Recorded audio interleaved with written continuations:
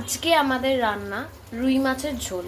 তাই প্রথমেই আমরা কড়ায় তেলটা গরম করতে দিয়েছি। তেল গরম হয়ে গেছে আর এবারে আমরা মাছটা লাল লাল করে ভেজে নিচ্ছি। মাছটা আমরা দেখতেই পাচ্ছি ভাজা হয়ে গেছে, তাই আমরা এবারে তুলে নেব।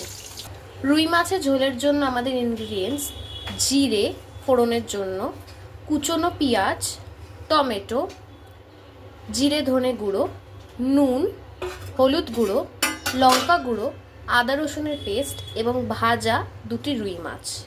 প্রথমেই আমরা কড়ায় গোটা জিরে দিচ্ছি ফোড়নের জন্য। এবার জিরেটা একটু কড়ায় তেলের সাথে মিশে গেলেই আমরা একে একে দেবো এর মধ্যে আমাদের কুচনো পেঁয়াজ,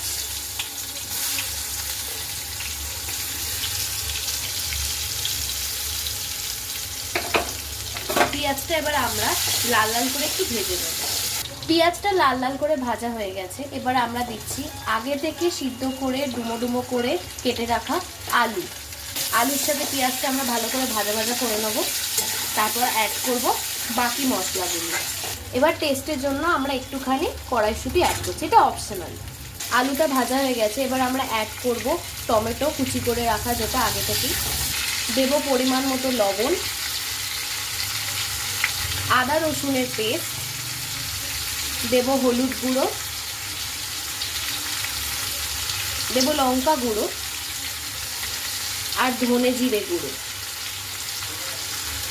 এবার মশলাটা আমরা ভালো করে কষে নেব, যতক্ষণ না মশলা থেকে তেল ছেড়ে আসছে তা আমরা ততক্ষণ কষতে থাকবো।